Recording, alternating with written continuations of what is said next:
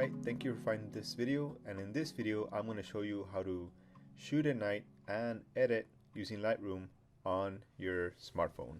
If you want to see more videos like this, please be sure to subscribe and I'll be sure to provide content regularly.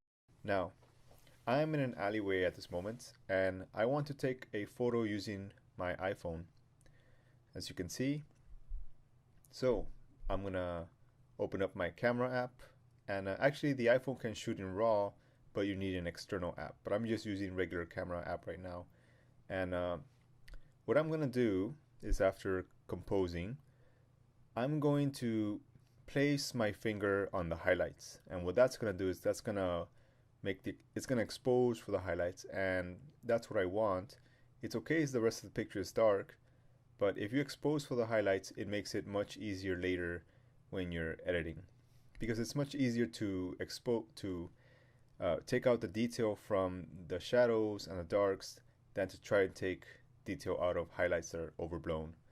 So I'm doing that a few times. Alright, so now comes the fun part. I'm using my iPhone 7 to edit this photo, but if you have any smartphone, you can pretty much do the same thing. Like I said, there is no excuse. Here's Lightroom CC. Yeah, you can actually download it for free. And I'm opening it up. Here is our photo. Now, as you can see, all the information in the highlights is preserved.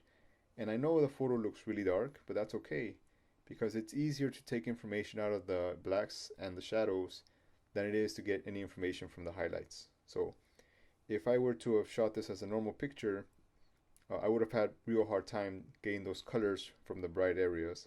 But we can bring the shadows back. Now, I'm gonna open up the light panel, and if you know my channel, you know I like to decrease the highlights and increase the shadows. This just gives it a more dynamic range. And we're gonna start by increasing the contrast and the blacks, boost it all the way. We're gonna increase the whites until it gets to a color, until it gets to a brightness that looks good. So I think 74 looks good. Now I'm gonna start to decrease the contrast until the photo looks the way I want it to. So it looks good to my eyes right there. Now I'm gonna go to a temperature, and I want it to look a little bit cooler, so I'm gonna decrease the temperature. -10 looks good. The tints, maybe, but right now I'm liking the way it is, and that looks good. Now, I'm gonna decrease the clarity, because I like when there's a little kind of glow around the neon lights, and I'm gonna give it a vignette. Something like -15. There, I'm liking it already, but this is kind of like a red light district, and I want to emphasize that by giving it a little kind of red tone to the shadows. So that's what we're going to do. Just find something to your liking. Okay, that's looking a little bit cooler now. And by cooler I mean I like the way it looks, not temperature wise. So maybe that's too red. Bring it down a notch. And that looks good. I like the way that looks. The highlights, I could give it some kind of crazy colors if I wanted, but to be honest, I like the whites the way they are right now. So let's see what else we can do. Let's go to the mixer. I think we could play with the colors a little bit. Now this is to your liking, but actually I like the green the way it is, but that yellow,